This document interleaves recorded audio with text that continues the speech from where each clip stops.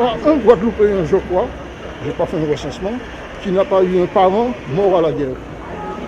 Je parle de Guadeloupéens, je ne parle pas de la nouvelle génération, parce qu'il y a eu beaucoup de gens qui n'étaient pas français, qui ont pris la nationalité française. Donc ces gens-là, ils n'ont peut-être pas des parents morts pour la France. Mais si on prend des Guadeloupéens issus de l'esclavage, la fin de l'esclavage et après, il y a au moins, chaque Guadeloupéen a au moins un parent qui a la guerre. Soit un père, soit un fils, soit un oncle, soit un cousin. Mais dans tous les cas, il y a un parent mort pour la guerre. Soit des fois une mère ou une tante, des fois. Ce n'est pas que les hommes qui meurent à la guerre, mais il y a aussi des femmes. Il faut que cette mémoire perdure. Et cette année, c'est encore une situation particulière, puisque c'est le centenaire de la fin de la guerre au 14-18. Le 11 novembre 1918, c'est la fin de la guerre.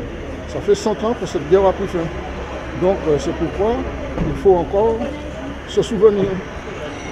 Et quand on a dit que tous les hommes qu'on avait jetés dans cette guerre avaient priorité sur nous, on a créé le devoir de mémoire. Puisque les morts, on dépend des morts.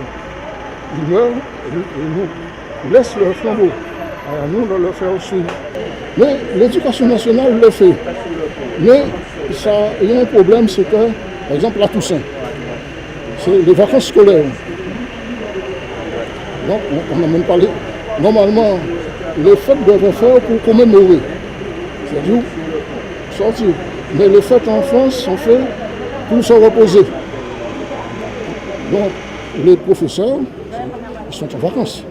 Donc, ils ne vont pas emmener leurs élèves à la Toussaint. Bon, on sait très bien aussi qu'il y a un problème d'assurance. Quand l'enfant sort sous l'égide du professeur, il y a une question d'assurance qui joue. Donc, c'est pourquoi on peut associer les élèves. Des fois, on va faire des conférences aux élèves. Mais on fait des conférences. Mais ce qui est important, il faudrait qu'ils soient là aujourd'hui. Mais ils ne peuvent pas être là, puisqu'ils sont en vacances. Alors, s'il y a un parent qui emmène son fils au cimetière, il l'emmène, le parent emmène son fils ou sa fille, peu importe, voir ses parents, son grand-père, son arrière-grand-père qui est mort, mais pas forcément mort à la guerre.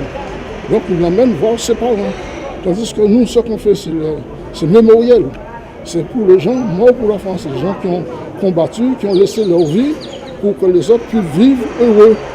Parce que si on vit à peu près bien aujourd'hui, c'est parce qu'il y a ceux qui ont sacrifié leur vie. Et disons, c'est une tradition pour que la ville soit aux côtés du souvenir français et des militaires. On peut me rappeler l'époque de Mme Violette Doublon. C'est elle qui s'occupait véritablement du carré militaire. Et en cette année particulière de l'anniversaire de la fin de la guerre, il était encore plus important qu'il y ait un beau rassemblement. Et le curé a montré aussi qu'on était dans une année symbolique en faisant une homélie qui faisait le parallèle entre l'idéal républicain et aussi, disons, la grande philosophie religieuse. Donc, pas de plus normal, à la veille du 11 novembre, que d'être là en mémoire de ceux et celles qui se sont battus ou qui ont été victimes des affres de la guerre. C'est pour tous ceux qui sont morts et qui aujourd'hui encore consacrent jusqu'à leur vie à la sécurité, mais aussi qui combattent pour notre liberté.